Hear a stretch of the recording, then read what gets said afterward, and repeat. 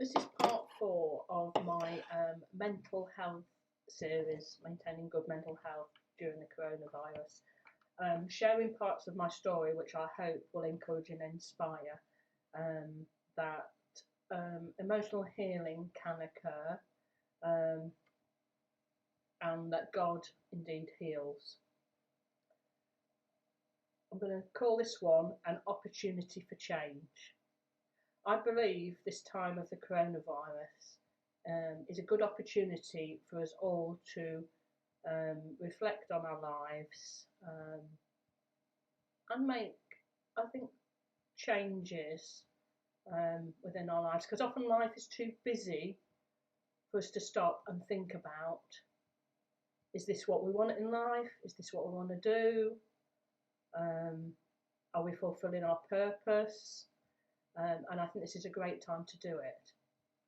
Now, prior to the coronavirus coming about, 2 years ago, I got a sense that I was being asked to change. Now, I thought I could cope with change, but then I realised I'm actually a very stubborn person. But I found that even I can be broken down and transform for the better. 24 months ago, I found myself on my knees. I was doing a sales admin job and I was doing a lot of voluntary work. I would get home from work and I would literally just crash. I couldn't do anything. I could hardly concentrate on the telly, read a book. Even doing adult colouring books was a burden. I really just couldn't do it. I really struggled, and I thought, I can't go on like this. Something's got to change, or I'm not going to be working. And the sort of person I am, I like to be in gainful employment. So I decided that I would drop all my voluntary roles. I was a photographer and social administrator for the church I go to, and also voluntary social media administrator for a number of voluntary organisations in my local area at the time. And I dropped them all to, I think, people surprised at the time, but looking back, I realised, and I think they realise now, actually, sometimes things like that are meant to be. Even though I dropped my voluntary work, I was still very tired. I was still crashing. I couldn't feel anything. I dragged myself to church, but even that was really hard. But I just knew I needed to socialise in some shape or form, because I can be prone to depression. Although I don't generally, I usually dig myself out of the black hole that I'm falling down pretty quickly. Is I thought, I don't want this. So I decided that perhaps I need to look at other employment. I prepared CVs for admin roles, but I also prepared CV for going back into care work, which seemed a crazy idea at the time. But within 4 weeks, I'd been accepted for an interview and then employed actually at the interview to work with people with learning disabilities and complex behaviours. And I thought,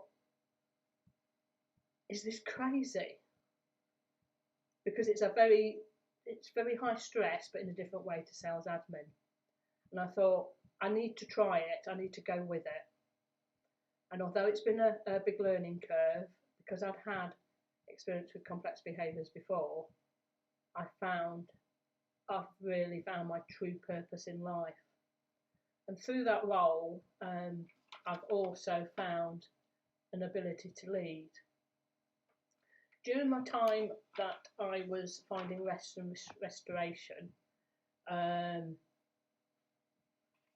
the last 24 months, I had a conversation with someone from my local church, and two things came out of that conversation, and it was High Functioning and Dare to Lead, which is a book by Brené Brown, which I did sort of read and think, what on earth?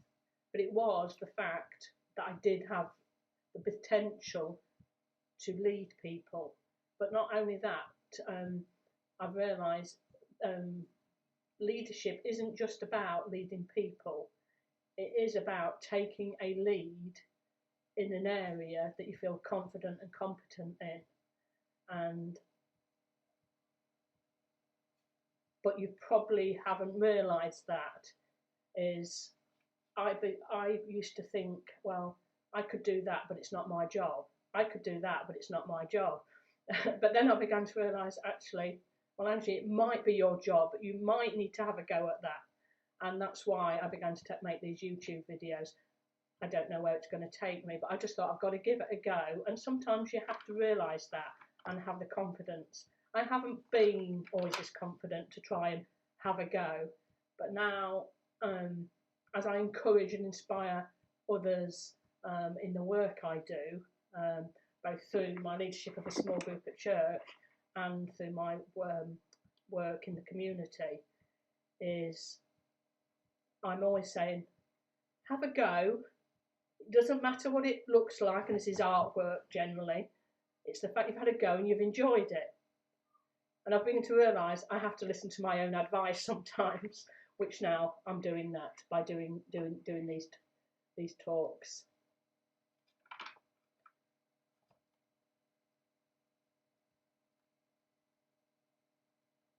It's during this time also that I began to realise that when I have dark times, and I think we all have dark times, whether we recognise them or not, but instead of them leading into a big black hole, I turn them into something positive and constructive.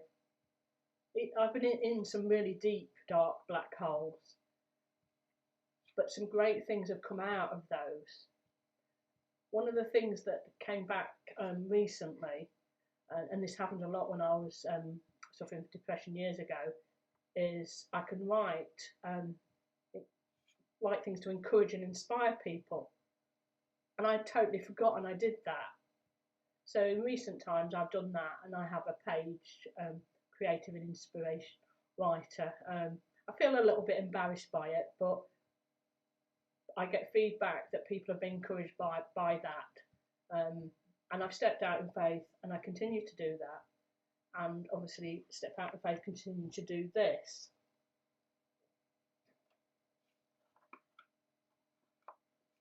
Through this experience, I have found that I found my true purpose in life, found my true purpose in what God has called me to be and do. And instead of being a human doing, which had been happening, I'm now a human being. I do know when to stop and rest, to say no to extra work, no to that social invite, and look after myself. Just going to leave you with a Bible verse which I think has inspired me during this time, because through this time a lot of that severe anxiety that would have been triggered off, which I now had to deal with, has been healed, and I'm so thankful for God for that. Do not be anxious about anything, but in every situation by prayer and petition with thanksgiving present your requests to God, and the peace of God, which transcends all understanding, will guard your hearts and your minds in Jesus' name. And that's from Philippians 4 verse 6. Until the next time.